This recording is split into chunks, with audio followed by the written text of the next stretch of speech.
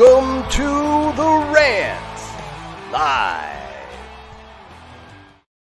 Welcome, everyone, to the Rant Live. Today's Monday, April 25th, and the Cubs just finished a 4-game series at Wrigley Field against the Pittsburgh Pirates, which they lost 3 out of 4 games and outscored the Pirates by some insane number, like 29-12, I think. 29-12, yeah. I hadn't calculated it, but I had seen it written and didn't feel the need to add it up myself because at the end of the day, it just wasn't a very And 21 of those 29 came in one game. It's the boom or bust Cubs that we've known for, the past several years, actually. I mean, ever since 2016, it kind of seems, well, maybe not so much 17, but definitely 18, 19, and I guess maybe even 20 to a certain extent, right? It's just like, yeah, because I mean, even though they made the postseason, and it's one of those weird things, right? So you look at it like, okay, 15, like it was such an incredibly fast peak and then fall off, right? Because they go unexpected NLCS in 15, World Series in 2016. NLCS, but kind of like, okay, the Dodgers are definitely better in 17. And then 18 was like game 163 and then wild card, and they just, pooped the bed in both of those.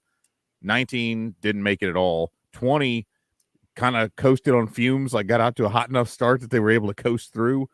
And make it. Then last year, obviously, we know what happened there. It was awful. And now it's kind of like, at least they're supposed to suck. But it's really weird. Because, again, even in that 21-run outburst, they hit one homer. One. I know, that's crazy. Yeah, and so, like, there's still well, and then actually, by and large, right, and they did it with just hits on hits on hits on hits, and they keep doing that. The issue, and here's where the problem comes in. How many times have we discussed this already? Is whether it's double plays or whether it's hitting into just ground ball outs, it's still, unless you string a bunch of them together, it's not always easy to score those runs. And what did we see last night, or yesterday afternoon or whatever? Like, even Nicky Two Strikes Madrigal is sitting there watching strikes go by, and Wilson Contreras isn't able to get, and they're just doing dumb stuff on the bases. And like Rafael Ortega hitting that double, which probably could have been a triple, and watching the play the whole time. I'm like, what are you doing? Sense. He didn't. First of all, he didn't bust it out of the box. I think probably because he thought it should have been foul. A triple for sure. I think he definitely could have made it. I don't know. I expected him to go, and when they showed that he was still on second, I was like, "What the heck?" Yeah, that was well, and he was. You saw him the whole time. First of all, he didn't break out of the box, but then the whole time from first base, because Jake Marisnick is out there and right trying to field it, and he's like looking around, watching, not picking up Willie Harris at third. Not busting it around. And these are little league mistakes. Both our kids, they're in little league. And so we know how it's taught. And these are things that you are teaching these kids at the little league level, where these guys are making these types of mistakes. It's just, it doesn't make a lot of sense. So that was frustrating. And then he didn't pick up, he didn't pick up like Suzuki hit the blooper, and Ortega didn't seem to have picked that up very well either. Again, it's like he didn't want to score. Yeah, like if he's on third, if he does triple on that ball, he scores easily on that. Or right, and that's, I guess, the thing of that too is you're going, hey, we're down a run, right? We need this run. I really need to get going, and then and I got to do everything I can. Like, I don't feel like he put on the brakes. Like, that shouldn't be up to him. Look at your base coach. Let him tell you what you need to do. And then if you need to end up putting on the brakes, like, when the play's behind you, like, it's one thing if the play had been, if he had hit that to left, totally different story, because you can watch it and keep running. The play's behind him. That's what bothers me, is you can't go full speed and look back this way. You just can't do it. And then again, same thing. Willie Harris needs to be telling him what to do. He should not be necessarily staring at that. I think he could have made it in. But either way, they still ended up with men on second and third and one out and could not get anyone home. Right. And that's where that contact, like a ball in play, should have scored a run at that point. And it would have, because they struck out twice. So, yeah. It was frustrating. Going back to Thursday, the Cubs lost that game 3-4. It seems like all the losses in this series were identical, to be honest. Leiter came out and again imploded in the third inning. For some reason, the third inning is just not his friend. Hopefully, the Leiter experiment is done, especially with hopefully we'll be getting Mills and Miley or Smiley? Miley. There is a Smiley and a Miley. There is a and Smiley. a Mills. Hopefully Miley and Mills will be coming back very soon. I think that's probably going to be the case. We should see them, I would think, in this next series, perhaps. But yeah, I mean, Leiter didn't pitch great. He gave up a couple runs, and then Ethan Roberts came in and really struggled, walked a couple guys, gave up a couple of hits and a couple of runs. But I mean, nothing that you shouldn't be able to overcome. But the offense had 4 hits. 3 runs. Suzuki struck out 3 times, which is just weird to see. And not one hitter had multiple hits in that game. So that was a little rough. And then head into Friday. And then it's just kind of like the same thing. Smiley pitched pretty well, but he gave up 2 home runs. The offense again, 7 hits, 2 runs, struck out 10 times. They struck out 12 on Thursday. So you're starting to see those strikeouts tick up a little bit. And Nico goes 3 for 4. Nico looks good. Fast forward to Saturday, the Cubs win 21-0. We don't need to go through all the stats, but Hendricks looked amazing. He is definitely trending in the right direction. His second start really looked bad, and he has since looked amazing. Basically, all 3 of his starts, he's looked really good. All 3 of his good starts. That one start looked bad. He started 4 times so far. Horner goes 4 for 5. Rivas goes 3 for 6. They both look amazing. And so what does David Ross do on Sunday? He doesn't start either. Down. Got to sit him down, baby. Come on. You can't start Horner, the hot bats. obviously the hottest guy on the team, goes 3 for 4 Friday, 4 for 5 on Saturday. And so what does David Ross do? He sits. Got to cool that bat, baby. It's getting too hot. You don't want it to burn. Come on. That bat. It's wood. It's wood. Yeah, it doesn't make any sense. And those maple bats don't do well with flame tempering, John. That's what he's doing. I think that's the goal there. I don't want to start bashing David Ross, but he is making some really questionable decisions very early. I don't know how many of those decisions are being kind of pushed on him by perhaps the front office, trying to kind of get him to go a certain way. I think last year when the Cubs came out and had that 11-game win streak, I think the front office was kind of shocked and probably not very happy about it, just to be honest, because I think they wanted to sell at the deadline, if we're being honest with ourselves. And I think Jed Hoyer doesn't want that to happen again this year. That's my guess. I don't think they want this team to get in the playoffs, because if you're at the deadline and you're, close to first, within 3 or 4 games of first place, and definitely, kind of in that wild card spot, suddenly the fans are going to be saying they want you to buy, right? And you can see a situation with this team, if they played well, and Ross put the guys in the positions they need to be in to succeed, how they could be in that spot, how they could be really close to that wild card spot. I think this is a good enough team to be there. And I just think some of these decisions that are being made by Ross don't make a lot of sense. Well, it feels like, I mean, how many times do we see this with Joe Madden where there'd be something, it's like, oh, this guy really sucks. I'm going to put him in the leadoff spot because I think that'll trigger his offense. Like, yeah, I don't know about that there, Joe. Like, I get that you're going with your gut. And it's like, that's cool and all, but remember when Ben Zobrist, remember David Bodie was super hot and he was going to sit Bodie, and Ben Zobrist was like, no, dude, it's cool. He can have my spot. Zobrist had to come forward and say it. Come on, man, let's figure this out. And it felt as though the handedness, whatever, and I get it, lefty righty, but you got Rivas back up, and he probably never should have been sent down.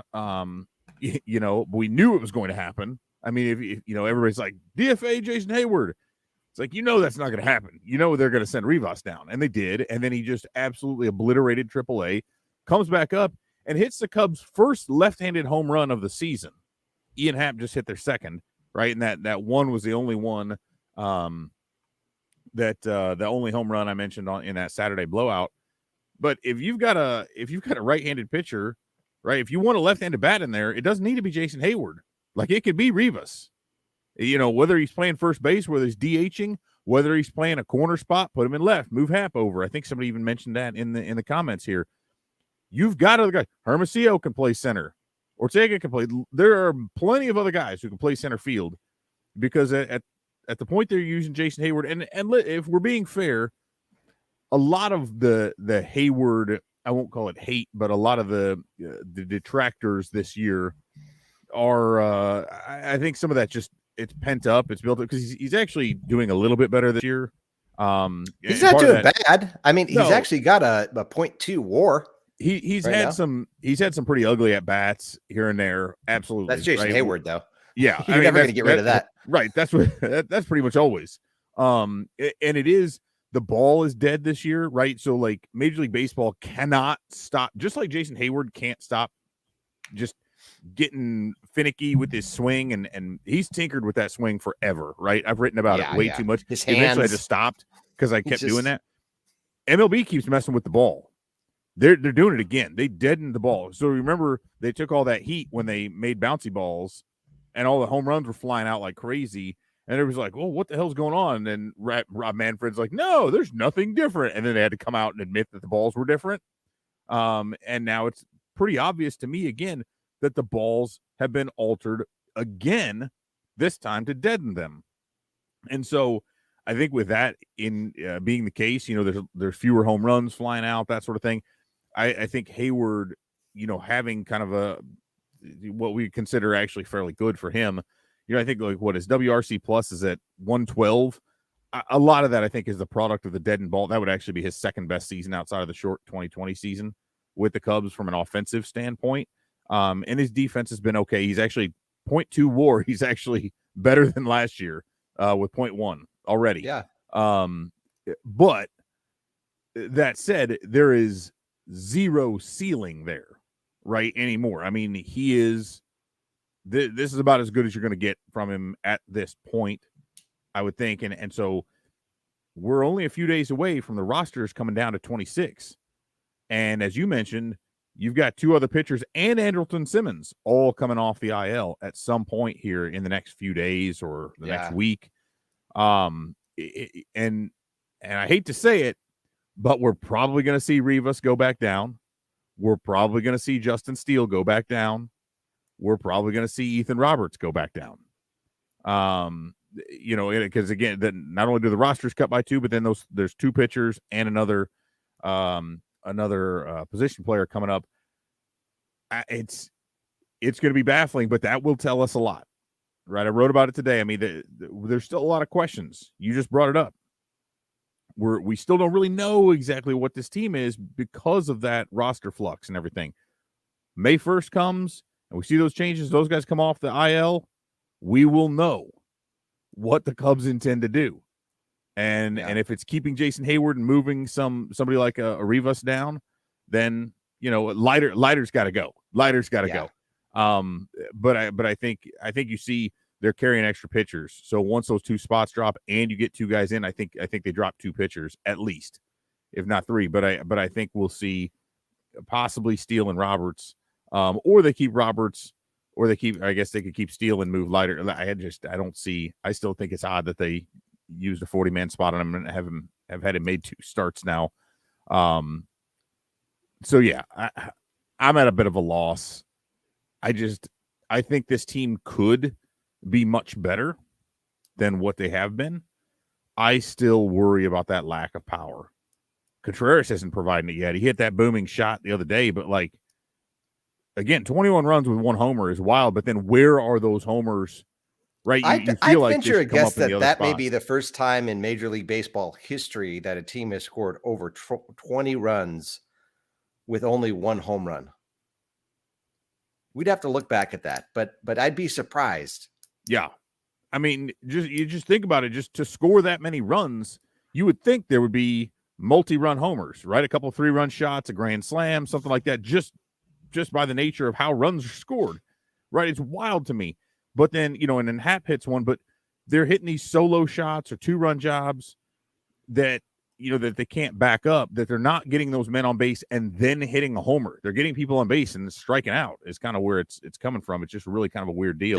They had 23 hits, and 5 of them were extra base hits. So 4 doubles, a home run. Boatload of you singles. Had 18 singles. 18 singles. And that's and again, only 4 walks. Yeah.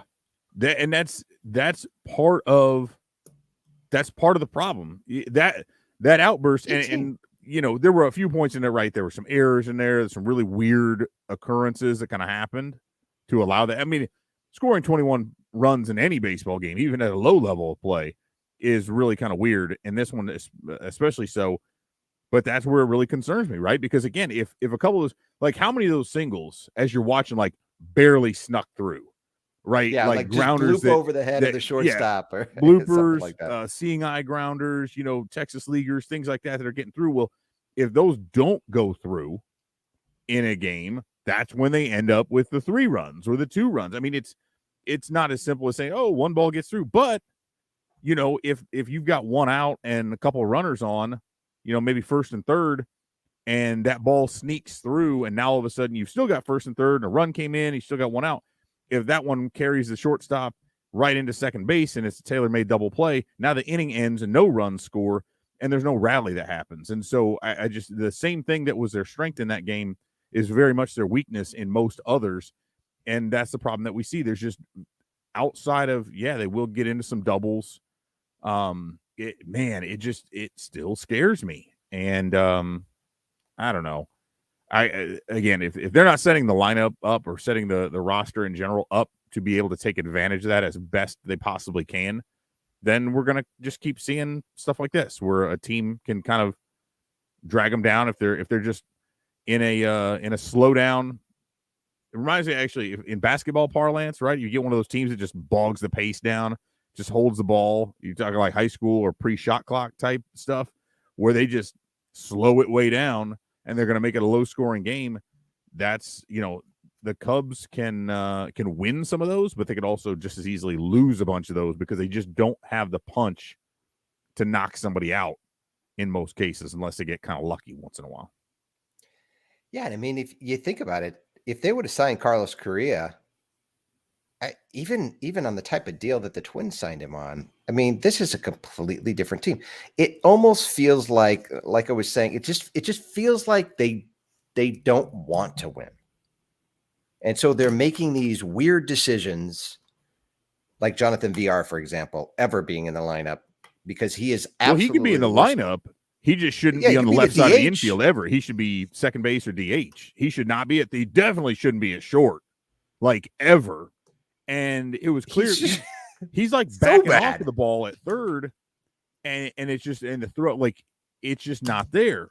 Put him at second or put him as the DH. I'm fine with either of those. And Ross got kind of perturbed about that. He's like, well, he's only backup shortstop. Okay, then don't make him a backup shortstop. Like, don't put him in that. If you start Horner there, then VR's not the backup shortstop anymore. Yeah, I mean, why can't Horner play every game? I don't understand. It's like, does he need a rest? Especially because Simmons is going to come up. Like, it's early enough. It's not like you got to give this dude a break now, especially with the day off. Here's the other thing. You hadn't started on Sunday. What's Monday? It's a scheduled day off.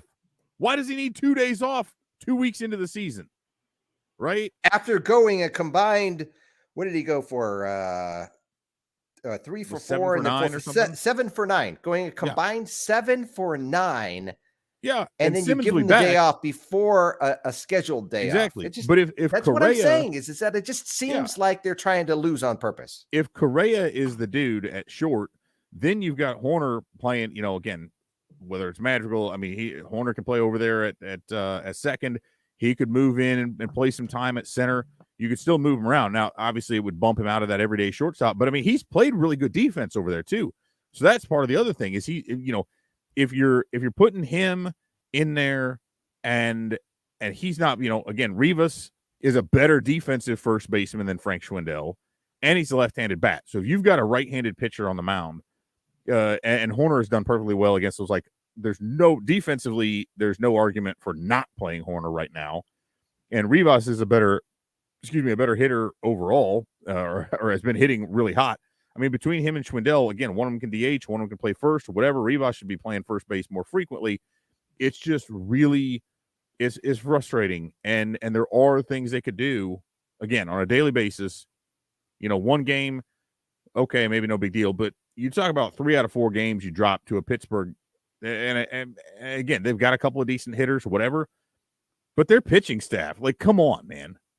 Their starters are nowhere close to world beaters. I mean, but you're talking about getting run by Jose Quintana for the second time, pretty much. I mean, it just, that stuff's frustrating. It's not like it's a great team that you went out there and kind of slugged with a little bit and you dropped a couple late. It's the Pirates, who are definitely not trying to win. We can talk about whatever the Cubs are. The Pirates are not trying to win, period.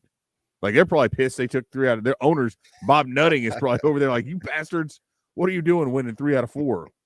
I mean, come on. Like, nobody's finishing below the freaking Reds at this point, but geez, the battle for 4th is just raging now. Unfortunately, that's true. So you go into the off day here. Let's talk about Justin Steele real quick. He has had a couple of really tough outings. His last 2 outings, he hasn't lasted more than 3 innings in either of them. He looked really good, in his initial outing, obviously, and then has just kind of been a little not great. He gave up 2 runs, 4 runs, and then 3 runs. And I don't know. You mentioned he's probably going to go back down. Could definitely see that happening. I mean, it makes sense if you're getting 2 pitchers back and Steele. Especially when one of them's left-handed and you've still got Smiley in there. Going with 3 lefties in the rotation, I don't see them necessarily doing it. Again, Steele, I think the issue there is that what's happening to him is his mechanics aren't great. It seems like his consistency is struggling, and he's just walking too many guys. His control is just not where he needs it to be, and as a result, deep counts, inefficient outings. I think he had like 28 pitches in the 1 inning the other day, and that's just kind of it's a tough deal, man. I don't know if it's something he needs to get some confidence back or what, but I could see him doing, or moving back into a Keegan Thompson-ish role and being kind of that long piggyback type of guy, because even if the new start, Miley's not going to be ready to go 6 innings right out of the chute. So, but it's frustrating because the stuff is there and he looks so good early. It's just, boy, it's looked really, really grindy these last couple, and he's not putting guys away as well as what you'd like to see. Yeah. So we'll see there. But as I mentioned, Hendricks looking really good. It'll be interesting to see. I mean, if the pitching can get it right, and you feel like the bullpen's pretty solid. I mean, I think Ethan Roberts has struggled a little bit, but outside of him, I think everybody else in the bullpen has looked pretty good for the most part. Martin has been here or there, kind of like, but he felt like, what did he pitch yesterday? I think felt like when he pitched, I think it was yesterday that he looked decent. He didn't look awful. Yeah. And I mean, that's, I guess that's kind of the damning with faint praise, right? Like he didn't look awful. He didn't give up any runs in his 1 inning. His ERA is now down to 4.76. Alfrost has been looking pretty good. Wick has been looking really good. I think Givens looks good. Robertson. I mean, everybody, to be honest, I think the bullpen's solid, right? And you get Mills and Miley back, and you've got Smiley pitching the way that he's pitching, and Hendricks pitching the way that he's pitching, and Stroman gets back on track. You're feeling pretty good about the starting pitching. And now it's just a matter of, getting the right guys on the field, making sure that you've got Rivas and Horner in there, figuring out what you're going to do with Hayward long term. But I mean, you don't feel awful about things, right? I mean, you feel better than you do now. Yeah, I still think, as you're looking at, I think 500 is a bit of a pipe dream. 16 games in, right? And they're 7-9. They're 2 games under. So it's not like they're the Reds, right? With like 3-13 or whatever they are. but it's just they can't beat the Pirates. Right. And that's when you have two teams in your division, one of which is truly, truly awful, right? And the other which was supposed to be pretty bad. And right now they're 2-4 against the Pirates. Yeah. Yeah.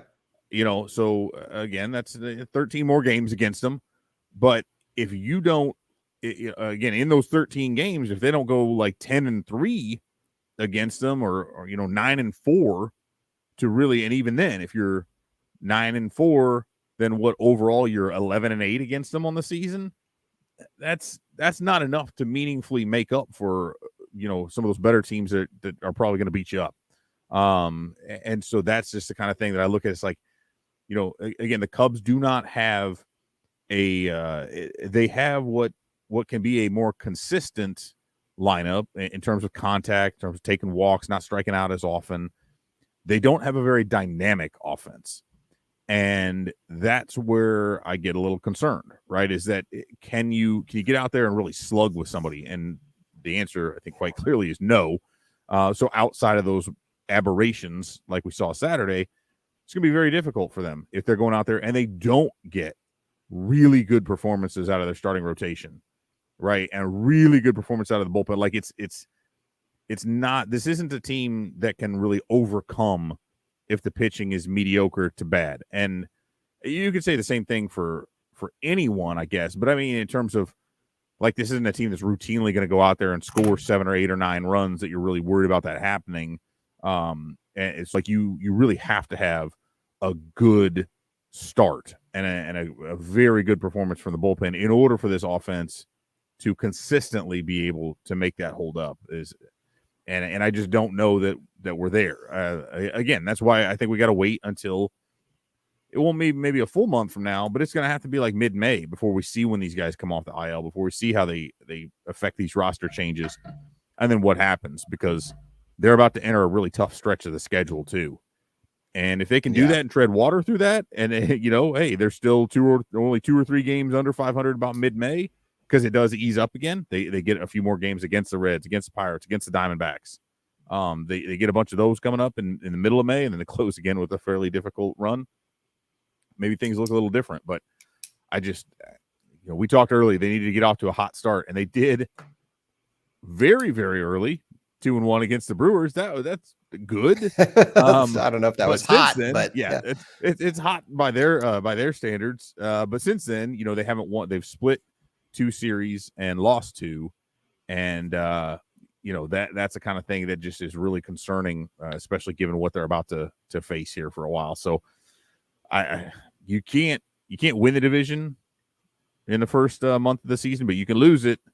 You can definitely lose it, and they're getting real near. I mean, they're still only 3 games back at the end of the day, right? So anything can happen. And listen, they're going to play the Atlanta Braves. The Braves haven't actually looked real great. They're 7-10, with a -14 run differential. So, listen, I mean, realistically, the Cubs can go in and win 2 out of 3 of this series. And then you're feeling a little bit better, right? Mm-hmm. You're not feeling as bad. And then you're heading to Milwaukee where, anything can happen. You're in Milwaukee for 3 games. You win 2 out of 3 there. The Cubs have over the next 3 games, I just looked, they've got Stroman, Leiter, and Smiley going. So Leiter is going to get another start. You've got Stroman, who you really hope can have a bounce back game. He's been terrible his last 2 games. He's not getting the calls. That's a whole different story. He needs Angel Hernandez behind the plate. Maybe if that was the case, he could just throw it 6 inches wide in any direction and still get strikes called. These uppers have never been worse. I mean, it's just what are we doing here? Let's get the the robo umps in place and move along. This is ridiculous. I mean, that Angel Hernandez thing with Kyle Schwarber, where Schwarber just threw the bat down and just utter disgust. And it was a terrible call. Yeah. I saw somebody out there online it was a strike.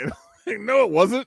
I mean, missed by 4 inches. Yeah. Now, if you're playing rec ball, or if you're, because I mean, some of those umps, they'll give you a ball or 2 at least on the inside outside, especially on the outside.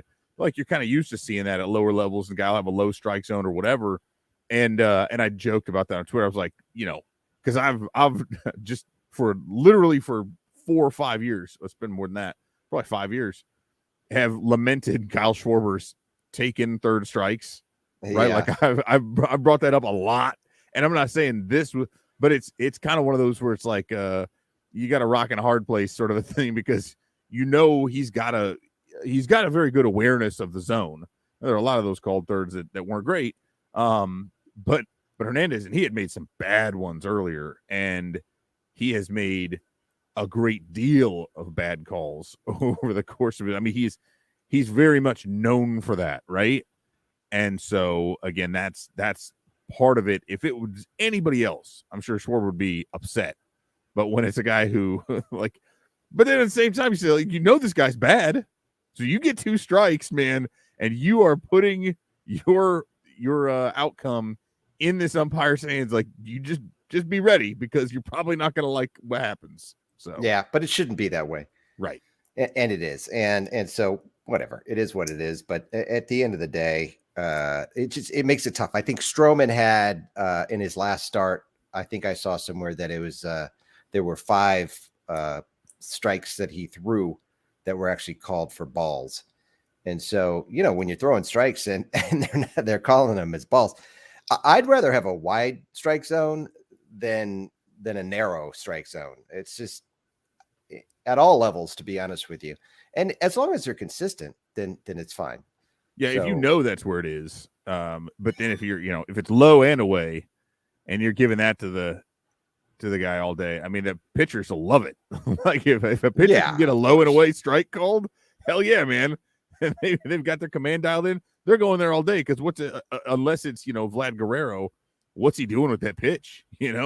That's going to be a difficult one to do anything with. So, oh well, that's funny. Is what it is. So we've got let's see, the game tomorrow starts at 6:25. Actually, 6:20. All 3 of the next 3 games are at 6:20 starts at Atlanta. So I'm going to go out on a limb. I'm going to say that the Cubs are going to take 2 out of 3 from the Atlanta Braves. Of course, I'm always picking the Cubs to win the series, and they haven't really yet, except that first one. What do you think? What do you think is going to happen here? 1 out of 3. I got them for 1 out of 3. 1 out of 3. I think I suppose I usually am more pessimistic than you on those, but yeah, I'm not feeling great about it. Is Stroman going to get back on track?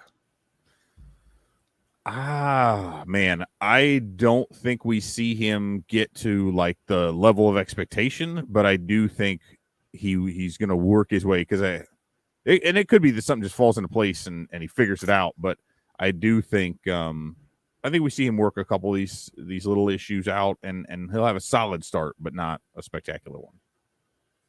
Okay, so he won't give up a whole lot of runs, but he's going to give up some. Possibly, yeah, possibly. Or but the thing is, like, he won't give up 5 or 8. Yeah, but you could have even if it's 1 or 2, but it's only over 4 point some innings or 5 innings, then I wouldn't consider that spectacular. You know what I mean? Like, you've got to get deep into the game while also only allowing 1 or 2. I just think with him, it's a matter of he's fighting his mechanics a little bit. He's not getting into that flow state where he can just go out and pitch. I think he's in his head a little bit. And I mean, and he said as much. Yeah, I mean, and that is what he said. So I'm not, I'm not trying to guess. But sometimes that isn't something that just you kind of fix immediately. Sometimes it is, and you go out there and you get in the zone and you find it. So maybe that happens. And maybe being on the road is part of that. But I think he'll do okay. We'll see. And then Leiter on Wednesday, which hey man, if you can get through that 3rd inning. Yeah, we'll see what happens. And then Smiley, who's like right now he's behind Hendricks. He's the number 2 guy. Yeah, which is not what we expected. But hey, his stuff's working as long as he doesn't hang that curve. And that's when you talk about those homers. Like if somebody can sit on it and he leaves it up in the zone, that thing's going to go a long way the other direction. But again, he's fine. He reminds me of Jason Hamill in 2016, because Jason Hamill like came out and just out of nowhere was just solid that year. Mm-hmm. And it's kind of like Smiley has the same feel, right? It's like a guy who like, he's been a decent pitcher, but now suddenly he's just shoving. So yeah, I mean, hey, I'll take it. Yeah, maybe he can be that guy. So anyways, we'll see what happens. We'll circle back with another episode after the Atlanta Braves series, probably on Friday during the day, assuming you're available. We'll touch base. Should be. I got a little bit of time. Got a lot of baseball going on here, so yeah, it's gonna be wild stuff. But yeah, we'll get after it. Cool. All right. Well, until then, everybody, we'll see you then. All right. We'll see you. Bye.